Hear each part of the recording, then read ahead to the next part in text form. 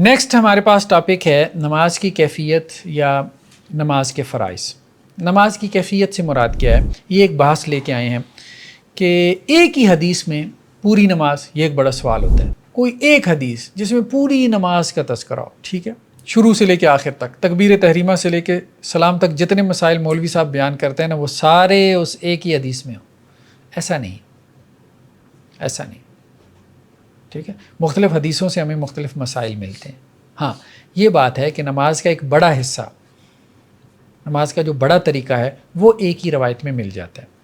پھر ان کو کہتے ہیں کیفیات صلاۃ، یعنی نماز کی کیفیتوں کی جو حدیثیں، جو نماز کی کیفیت بیان کرتی ہیں، ٹھیک ہے، اس میں خاص طور پہ جو آرڈر ہے، ٹھیک ہے، تکبیر تحریمہ ہے، پھر اس کے بعد قیام ہے، پھر جو ہے وہ سورہ فاتحہ ہے، پھر اس کے بعد رکوع ہے، پھر قومہ ہے، پھر پہلا سجدہ ہے، پھر جلسہ ہے، دو سجدوں کے درمیان بیٹھنا، پھر دوسرا سجدہ ہے، پھر اس کے بعد، تو یہ ہمیں ایک ہی حدیث میں روایت میں مل جاتا ہے، لیکن ساری تفصیلات نہیں ملتی، ٹھیک ہے، شروع سے آخر تک۔ ایک روایت تو وہ یہ لے کے حضرت ابو مالک اشعری سے کہ انہوں نے اپنی قوم کو جمع کیا اور کہا کہ اے اشعریین کی جماعت ہے، جمع ہو جاؤ، اپنی عورتیں بھی لے آؤ، بچی بھی لے آؤ، میں تمہیں وہ نماز سکھاؤں گا جو اللہ کے رسول صلی اللہ علیہ وسلم ہمیں مدینہ میں پڑھاتے تھے۔ تو وہ اپنے قبیلے میں گئے، تو صحابہ اسی طرح سے کرتے تھے، آپ وسلم سے سیکھ کے پھر واپس قبیلے والوں کو جا کے سکھاتے تھے۔ تو لوگ جمع ہو گئے، عورتیں بھی آ گئیں، بچے بھی آ گئے، انہوں نے وضو کیا اور انہوں نے بتایا کہ دیکھو اس طرح سے وضو کرنا ہے، ٹھیک ہے۔ پھر اس کے بعد جب سورج ڈھل گیا، یعنی ظہر کی نماز کا وقت تھا، تو کھڑے ہوئے اور انہوں نے اذان کہی نماز کے لیے۔ ایک تو یہ ہے کہ لوگوں کو جمع کیا، وضو کیا، پھر اس کے بعد اذان آ گئی، اذان کے بعد پھر صفیں بنوائیں، سب سے پہلے مردوں کی صف، پھر بچوں کی، پھر اس کے پیچھے عورتوں کی، پھر نماز کھڑی کی، آگے بڑھے، فرفع یدیہ فکبر، تکبیر تحریمہ کہی، ٹھیک ہے، اللہ اکبر کہہ کے نماز شروع کی، فقارہ بفاتحۃ الکتاب، سورہ فاتحہ پڑھی، پھر ایک اور سورت پڑھی، پھر تکبیر کہی، فراکہ، رکوع کیا، ٹھیک ہے، پھر رکوع میں تسبیحات پڑھی، پھر اس کے بعد سمع اللہ لمن حمدہ کہا، سیدھے کھڑے ہو گئے، قومہ کیا، ثم کبر وخر ساجدا، پھر تکبیر کہی، سجدے میں چلے گئے، پھر تکبیر کہی، پھر اپنا سر اٹھایا، یعنی دو سجدوں کے درمیان بیٹھ گئے، پھر تکبیر کہی، پھر سجدے میں چلے گئے، پھر تکبیر کہی، فانتہض قائما، ٹھیک ہے، پھر اس کے بعد کیا ہو گئے، کھڑے ہو گئے۔ تو اس طرح سے مطلب اتنا ہمیں ملتا ہے کہ ایک رکعت میں کیا ترتیب ہوتی ہے، آرڈر کیا ہے مختلف ارکان کا، ہاں وہ ہمیں ایک ہی روایت میں مل جاتا ہے۔ ایسی روایتیں بہت ساری ہیں۔ اچھا، اس میں اور فائدین کا نہیں ذکر آیا؟ ہاں، اس میں نہیں ہے، اگلی روایات میں ہے، ٹھیک ہے، اگلی روایت۔ حضرت ابو ہریرہ سے روایت ہے کہ ایک آدمی مسجد میں داخل ہوا اور اس نے نماز پڑھی، پھر وہ آپ صلی اللہ علیہ وسلم کے پاس آئے، یعنی آپ صلی اللہ علیہ وسلم مسجد میں بیٹھے ہیں، اس نے وہاں کونے میں نماز پڑھی، نماز پڑھ کے آپ صلی اللہ علیہ وسلم کے پاس آ گیا، تو اللہ کے نبی صلی اللہ علیہ وسلم کو اس نے سلام کیا، آپ صلی اللہ علیہ وسلم نے اس کے سلام کا جواب دیا اور اسے کیا کہا، ارجع فصلی فإنک لم تصلی، لوٹ جاؤ، نماز پڑھ کے آؤ، نماز نہیں پڑھی تم نے۔ وہ چلا گیا، پھر نماز پڑھ کے آ گیا، پھر اللہ کے رسول نے کہا جاؤ یار نماز پڑھ کے آؤ، تم نے نماز نہیں پڑھی۔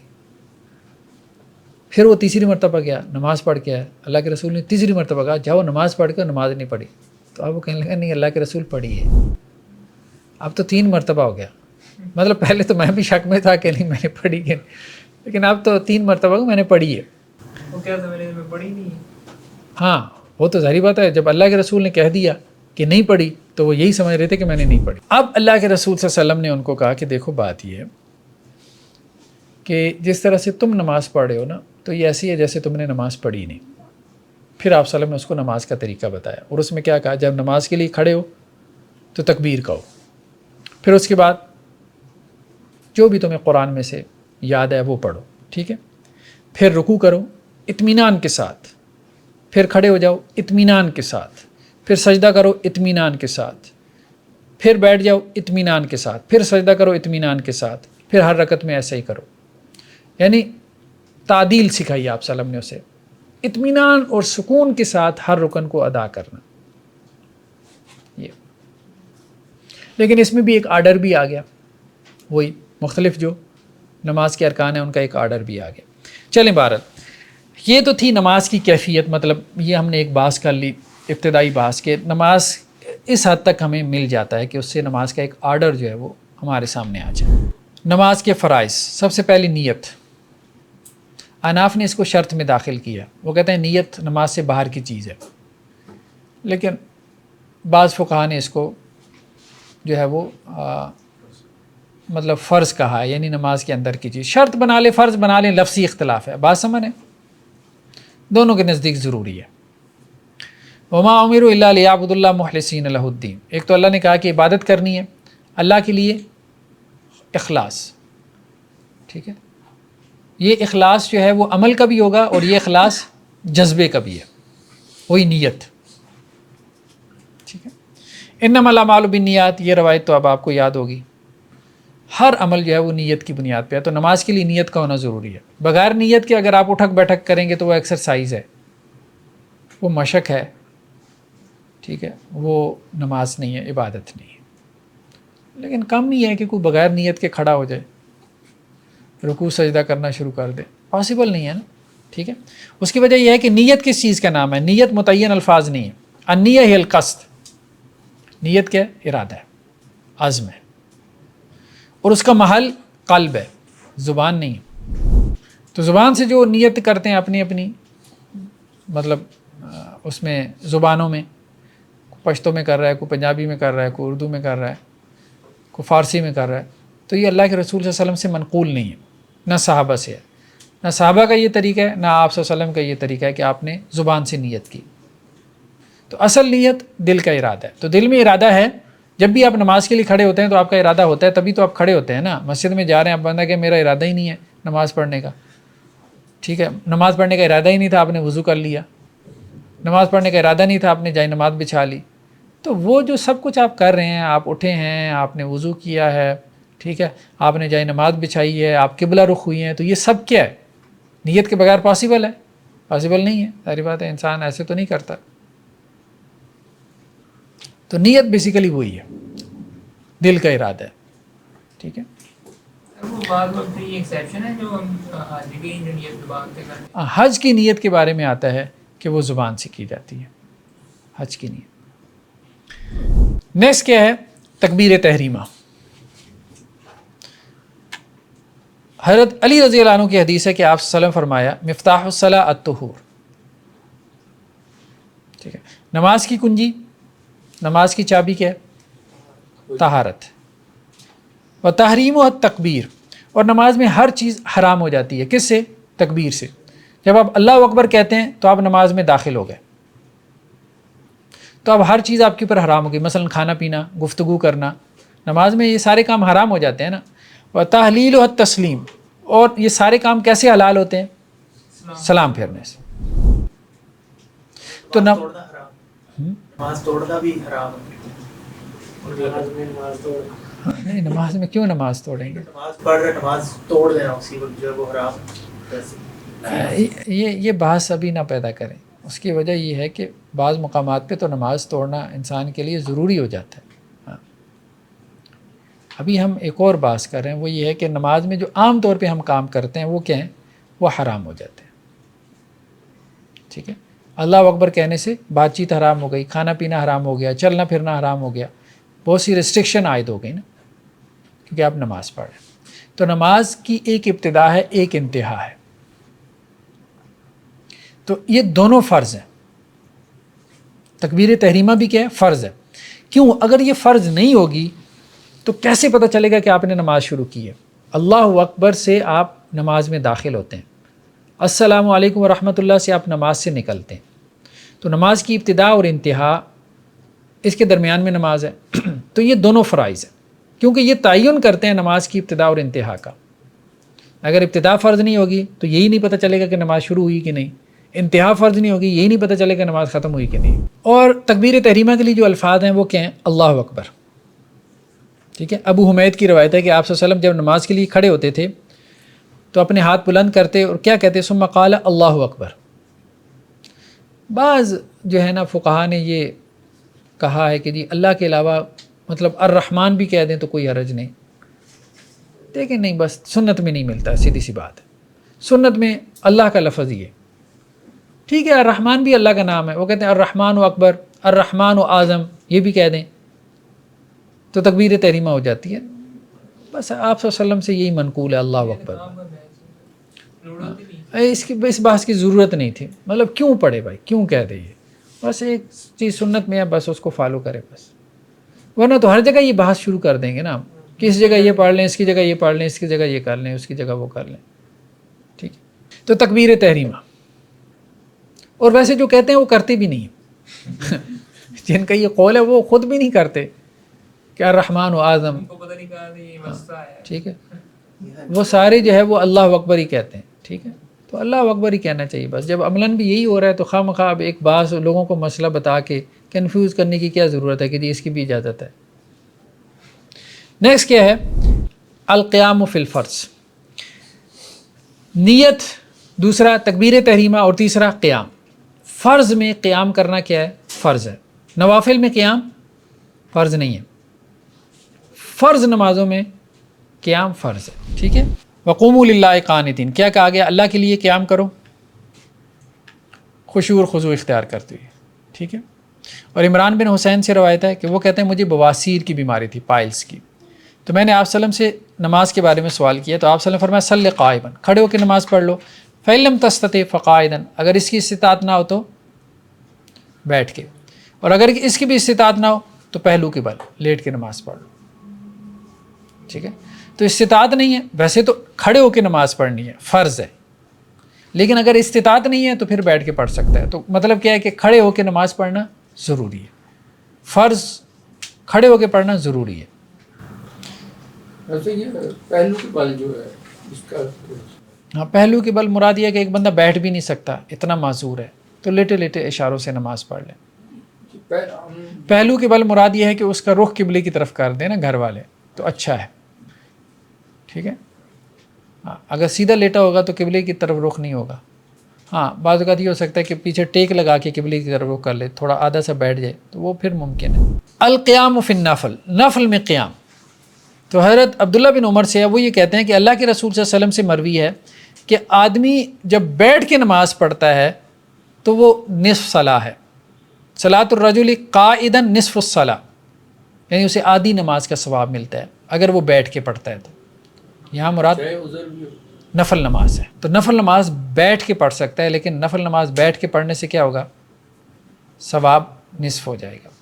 چاہے عذر بھی ہو، بغیر عذر کے بھی، بغیر عذر کی بھی نفل نماز بیٹھ کے پڑھ سکتے ہیں. عذر کے ساتھ تو فرض بھی بیٹھ کے پڑھ سکتے ہیں نا، وہ تو اوپر حدیث آ گئی کھڑے ہو کے پڑھو، نہیں تو بیٹھ کے پڑھ لو. نہیں، عذر کے ساتھ ثواب پورا ہوگا.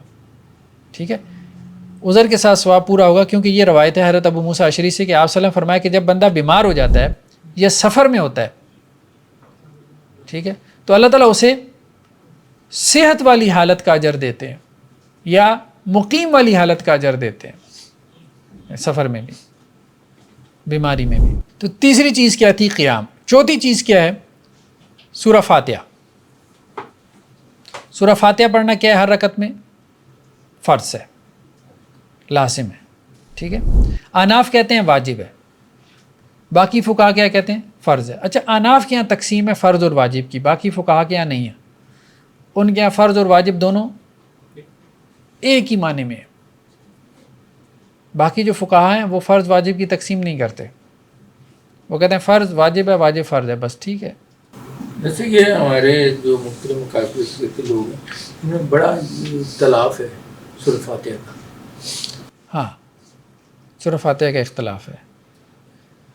تو امام شافعی یہ کہتے ہیں کہ سورہ فاتحہ کا پڑھنا کیا ہے، بلکہ امام شافعی کیا، امام مالک، امام احمد، تینوں کے نزدیک کیا فرض ہے. ابھی ہم منفرد کی بات کر رہے ہیں، اکیلا نماز پڑھ رہے ہیں اس کی بات کر رہے ہیں، مقتدی کی بات آگے چل کے کرتے ہیں. اور احناف کے نزدیک اکیلے کے لیے کیا ہے؟ واجب ہے. تو احناف یہ کہتے ہیں کہ واجب کا کرنا ضروری ہے، لیکن اگر رہ جائے تو سجدہ سہو کرے گا. واجب اگر رہ جائے تو سجدہ سہو کرے گا اور اس کی نماز ہو جائے گی. اور اگر فرض رہ جائے تو نماز نہیں ہوگی. باقی کہتے ہیں کہ فرض اور واجب دونوں میں سے کوئی رہ جائے نماز نہیں ہوگی. تو حضرت عبادہ بن صامت سے روایت ہے کہ آپ صلی اللہ علیہ وسلم فرمایا اس کی کوئی نماز نہیں جس نے سورہ فاتحہ نہیں پڑھی. لا صلاۃ لمن لم یقرأ بفاتحۃ الکتاب. ٹھیک ہے. حضرت ابو ہریرہ سے روایت ہے کہ جس نے نماز پڑھی اور اس میں اس نے القرآن نہیں پڑھی یعنی سورہ فاتحہ، تو اس کی نماز انکمپلیٹ ہے، نامکمل ہے. ایک اور روایت ہے کہ آپ صلی اللہ علیہ وسلم فرمایا کہ جس نماز کے اندر سورہ فاتحہ نہ ہو تو وہ نماز کافی نہیں ہے. ٹھیک ہے. اسی طرح حضرت ابو سعید خدری سے روایت ہے کہ ہمیں حکم دیا گیا کہ ہم جو ہے وہ نماز کے اندر سورہ فاتحہ بھی پڑھیں اور اس کے بعد کچھ قرآن کا حصہ بھی پڑھیں. تو اس طرح کی روایتیں جن سے پتہ چلتا ہے کہ یہ فرض ہے. اناف نے بھی اس کو واجب مان لی ہے. ٹھیک ہے. تھوڑا سا ڈفرینس ہے، لازم تو وہ بھی اس کو مان رہے ہیں. یہ انفرادی نماز کی ہاں، انفرادی نماز کی بات ہو رہی ہے. ایک اور بات یہاں پہ پیدا ہوتی ہے کہ بسم اللہ، کیا بسم اللہ پڑھنا بھی فرض ہے؟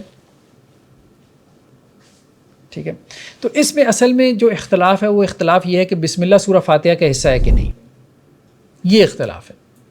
تو بعض فقہا اس طرف گئے ہیں کہ بسم اللہ سورہ فاتحہ کا جز ہے، بلکہ ہر سورہ کا جز ہے بسم اللہ، یعنی ہر سورت کی آیت ہے. تو جب سورہ فاتحہ کا پڑھنا کیا ہے؟ لازم ہے. تو بسم اللہ اس کی ایک آیت ہے، اس کا پڑھنا بھی کیا ہے؟ لازم ہے. تو جب سورہ فاتحہ آپ جہرن پڑھ رہے ہیں تو بسم اللہ کو بھی آپ کیا کریں گے؟ اونچی آواز سے پڑھیں گے. ٹھیک ہے. تو نعیم المجمر سے روایت ہے کہ میں نے حضرت ابو ہریرہ کے پیچھے نماز پڑھی تو انہوں نے بسم اللہ الرحمن الرحیم پڑھی، پھر انہوں نے سورہ فاتحہ پڑھی.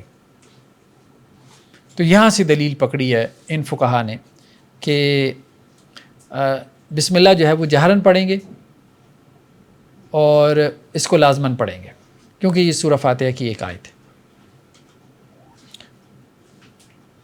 دوسرا موقف فقہا کا یہ ہے کہ نہیں، بسم اللہ جو ہے نا یہ اصل میں دو صورتوں کے درمیان فرق کرنے کے لیے نازل ہوئی ہے، یہ صورت کا حصہ نہیں ہے، جز نہیں ہے.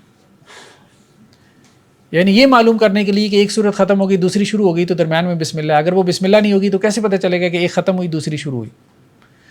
تو اس کو وہ کہتے ہیں کہ جی یہ فصل کے لیے آئی ہے، صورتوں میں فصل جدائی ڈالنے کے لیے آئی ہے بسم اللہ جو مصحف میں رکھی گئی ہے. تو اس لیے وہ کہتے ہیں کہ جی سورہ فاتحہ کے ساتھ بسم اللہ جو ہے آپ یوں کہہ سکتے ہیں کہ فرض نہیں ہے، مسنون ہے. ٹھیک ہے، مسنون ہے، فرض نہیں ہے. کیوں؟ کیونکہ وہ اس کا حصہ نہیں، اور جو مسنون ہے وہ بھی سرن پڑھے.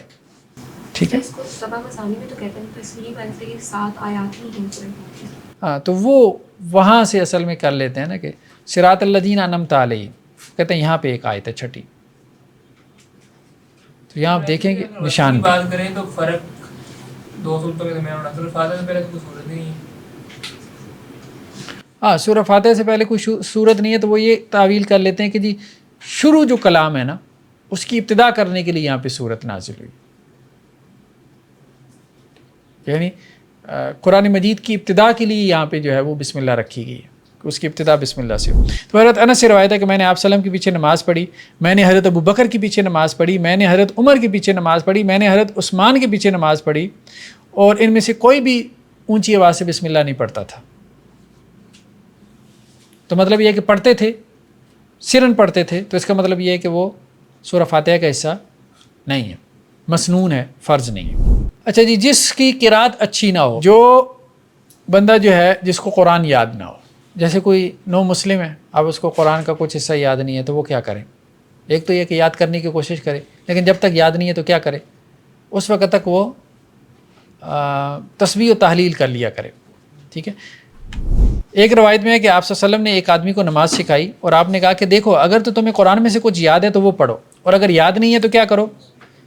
ہاں، تحمید بیان کرو، الحمدللہ کہو، اور تکبیر بیان کرو، اللہ اکبر کہو، اور تحلیل لا الہ الا اللہ، سبحان اللہ والحمدللہ ولا الہ الا اللہ واللہ اکبر، یہ کلمات پڑھتا رہے اور پھر اس کے بعد رکوع کر لے.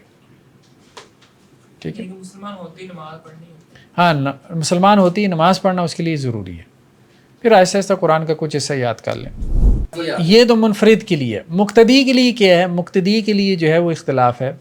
امام شافعی یہ کہتے ہیں کہ مقتدی کے لیے بھی لازم ہے، فرض ہے، سورہ فاتحہ کا پڑھنا مقتدی کے لیے بھی فرض ہے. امام ابو حنیفہ کہتے ہیں کہ مقتدی کے لیے نہیں ہے، نہ سری میں ہے نہ جہری میں. امام شافعی کے نزدیک سری جہری دونوں میں فرض ہے، ان کے نزدیک دونوں میں نہیں ہے. امام مالک اور امام احمد کا موقف درمیان میں ہے کہ سری میں پڑھے گا، جہری میں نہیں پڑھے گا، خاموش رکعت میں پڑھ لے اور جہری رکعت میں نہ پڑھے. یہ بحث آگے پھر آ رہی ہے، تفصیل سے آ رہی ہے. ٹھیک ہے، یہی ابن تیمیہ وغیرہ کا بھی موقف ہے.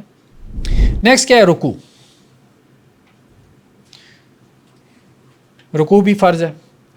یا ایھا الذین آمنوا ارکعوا واسجدوا، رکوع کرو اور سجدہ کرو. رکوع سے کیا مراد ہے؟ رکوع سے مراد یہ ہے کہ انسان اتنا جھکے کہ یہ جو ہاتھ ہے نا اس کے دونوں ہاتھ یہ گھٹنوں تک پہنچ جائیں، ان ہاتھوں سے وہ گھٹنوں کو پکڑ لے، کمر کا لیول بھی برابر ہو. ٹھیک ہے، اور یہ جو سر ہے، سر بھی یہ نہیں کہ بعض لوگ بہت نیچا کر لیتے ہیں، نہیں، وہ کمر کے لیول پر ہو سر. ٹھیک، کیونکہ آپ صلی اللہ علیہ وسلم نے اس بندے کو کہ جو اعتدال سے، ٹھہراؤ سے، سکون سے نماز نہیں پڑھا تھا، تو آپ صلی اللہ علیہ وسلم نے اس کو کیا کہا؟ ثم ارکع حتی تطمئن راکعا، رکوع کر یہاں تک کہ بالکل اطمینان میں آ جا، سکون میں آ جا رکوع کی حالت میں. ایک اور روایت ہے کہ آپ صلی اللہ علیہ وسلم فرمایا کہ بدترین چور وہ ہے جو نماز میں چوری کرے. تو صحابہ نے کہا اللہ کے رسول نماز میں چوری کیا ہے؟ تو آپ صلی اللہ علیہ وسلم فرمایا نہ رکوع پورا کرتا ہے نہ سجدہ ٹھیک طرح سے کرتا ہے. ٹھیک ہے، ایک اور روایت میں ہے کہ آپ صلی اللہ علیہ وسلم فرمایا کہ رکوع اور سجدے میں اپنی جو پشت ہے وہ سیدھی نہیں رکھتا، یہ نماز میں چوری ہے. تو خیر بہرحال یہ ہے کہ رکوع بھی مطلب اطمینان اور سکون سے کرنا ہے.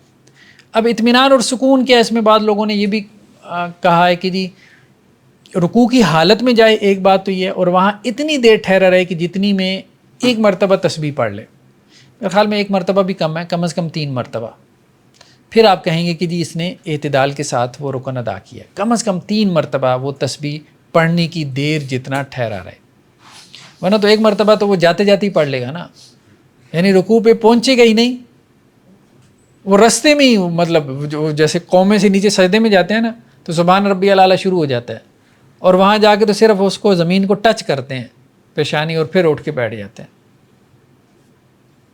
تو یہ نہیں ہونا چاہیے، بھاگ دوڑ نہ لگی ہو. حذیفہ سے ہے کہ انہوں نے ایک شخص کو دیکھا جو رکوع سجدہ صحیح طرح سے نہیں کر رہا تھا، تو انہوں نے کہا کہ دیکھو تم نے نماز نہیں پڑھی، اور اگر اس طریقے پہ تو مر گیا تو رسول اللہ صلی اللہ علیہ وسلم کے طریقے پہ تو نہیں مرے گا. نیکسٹ کیا ہے؟ قومہ، یعنی رکوع سے کھڑے ہو جانا. اس کو قومہ کہتے ہیں. ہاں ظاہری بات ہے، آپ صلی اللہ علیہ وسلم نے بھی کہا کہ نماز نہیں ہوتی اعتدال کے ساتھ، اگر نماز نہیں، سکون اور ٹھہراؤ کے ساتھ نہیں.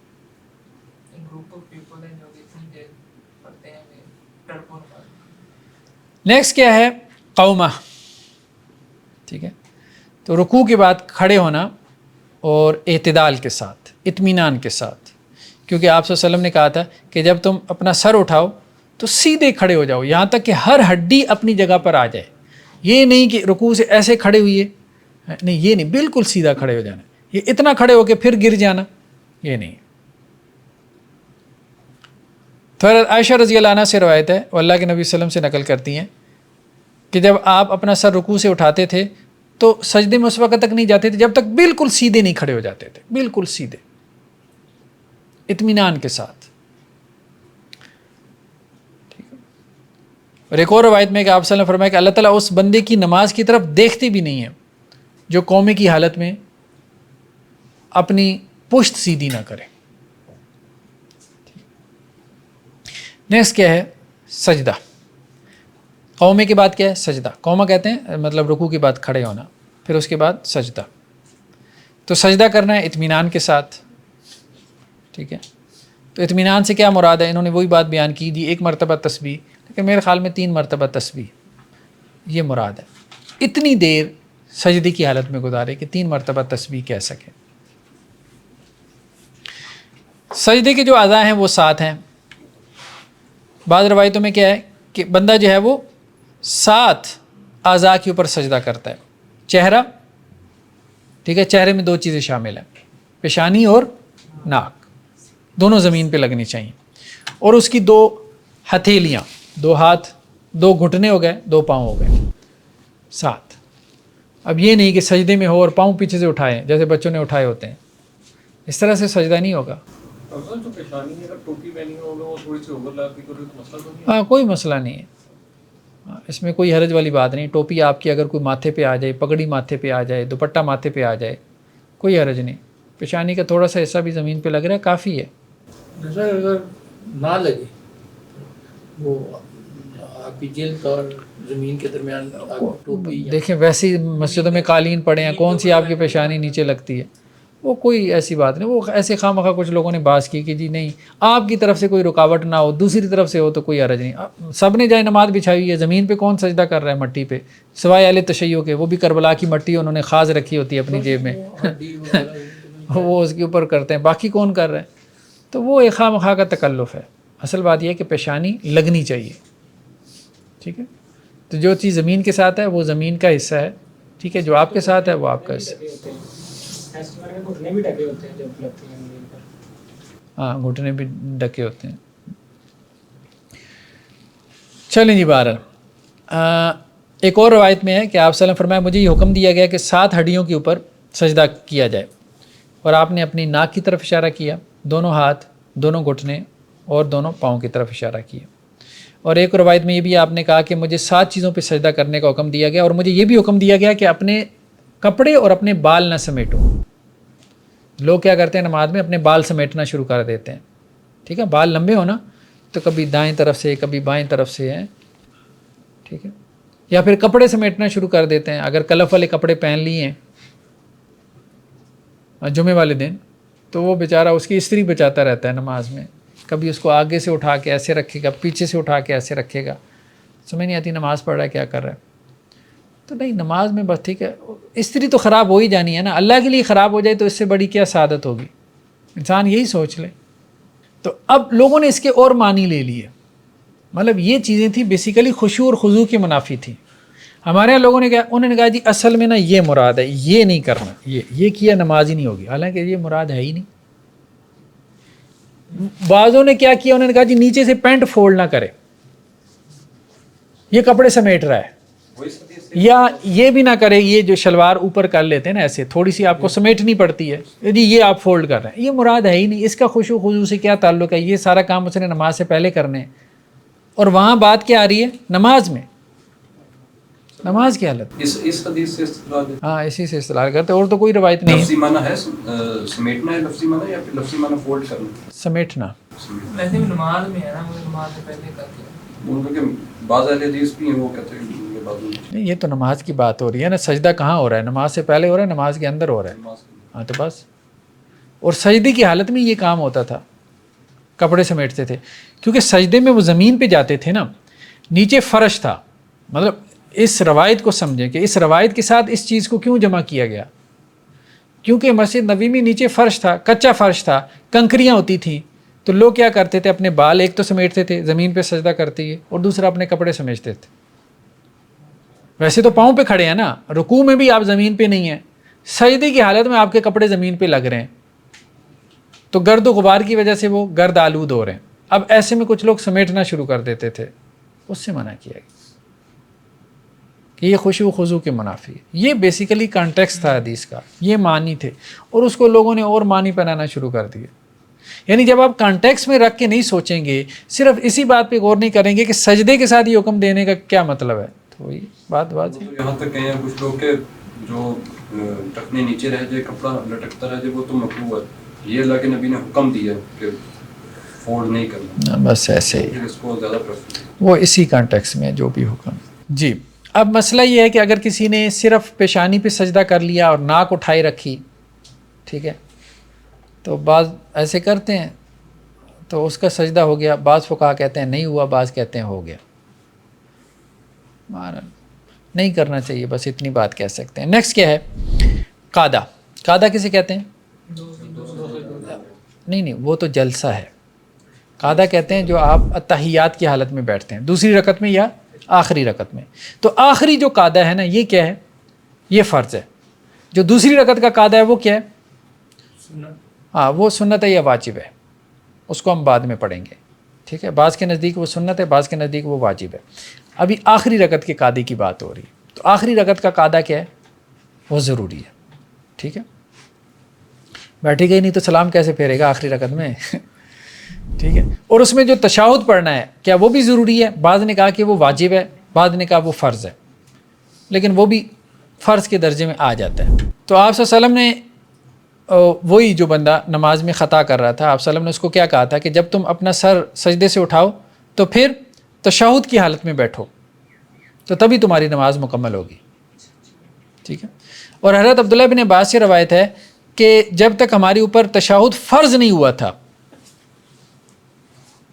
جب تک ہم پر تشہد فرض، یہ باقاعدہ الفاظ ہیں، تو اس کا مطلب یہ ہے کہ تشہد فرض بعد میں ہوا ہے، پہلے نہیں تھا. تو جب تک فرض نہیں ہوا تھا تو کیا ہم کیسے ہم پڑھتے تھے؟ السلام علی اللہ، اللہ پہ سلام ہو، اللہ کے بندوں کی طرف سے اللہ پہ سلام ہو، السلام علی جبریل، السلام علی میکائیل.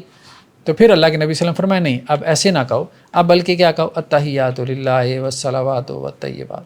پھر باقاعدہ تشہد سکھا دیا. پہلے تو ایک ایک پہ سلام بھیجتے تھے نا، اللہ پہ، فرشتوں پہ، اللہ کے نبی پہ. تو تشہد کے جو الفاظ مروی ہیں یہ 3 طرح کے ہیں، ایک حضرت عبداللہ بن مسعود سے، ایک حضرت عبداللہ بن عباس سے، اور ایک حضرت عمر سے. حضرت عبداللہ بن مسعود والا یہ سب سے اتھینٹک ہے، جو اناف نے لے لیا. ٹھیک ہے. اور حضرت عبداللہ بن عباس والا وہ امام شافعی نے لے لیا، وہ دوسرے نمبر پر ہے.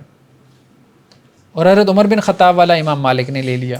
دونوں کے الفاظ میں تھوڑا سا فرق ہے، تینوں ہی صحیح روایتوں سے ثابت ہیں. تینوں طرح کے تشہد میں سے کوئی بھی تشہد پڑھا جا سکتا ہے. تو حضرت عبداللہ بن مسعود کے تشہد میں کیا ہے؟ یہ وہی ہے جو ہم پڑھتے ہیں، التحیات للہ والصلوات والطیبات، کہ تمام عبادتیں، تمام پاکیزہ کلمات، ٹھیک ہے، زبانی عبادتیں ہوں، قولی ہوں، مالی ہوں، ہر طرح کی، ٹھیک ہے، وہ سب اللہ کے لیے.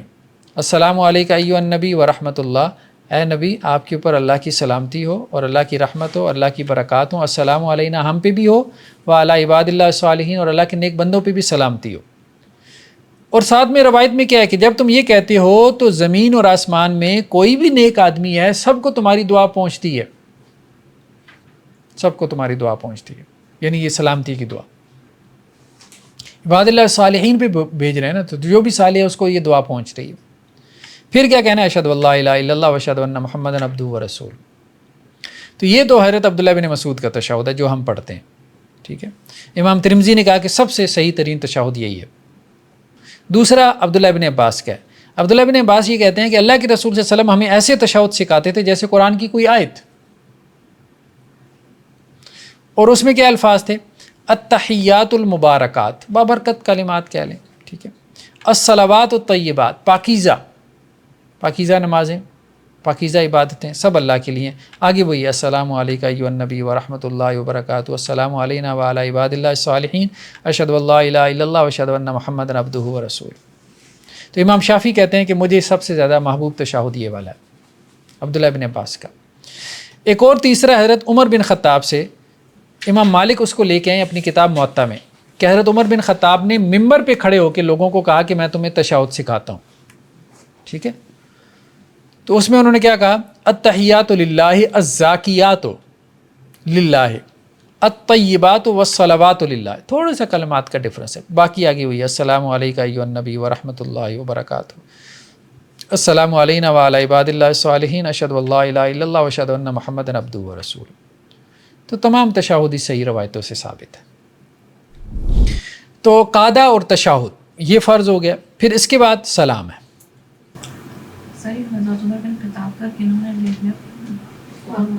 امام مالک، حضرت علی سے روایت ہے، وہی روایت جو ہم پہلے پڑھ چکے ہیں کہ نماز میں سب چیزیں کس سے حرام ہوتی ہیں؟ تکبیر تحریمہ سے. اور سب چیزیں کس سے حلال ہوتی ہیں؟ سلام سے. تو سلام جو ہے یہ فرض ہے. سلام کے ذریعے سے آپ نماز سے نکلیں گے. ٹھیک ہے. سلام کے بغیر نہیں.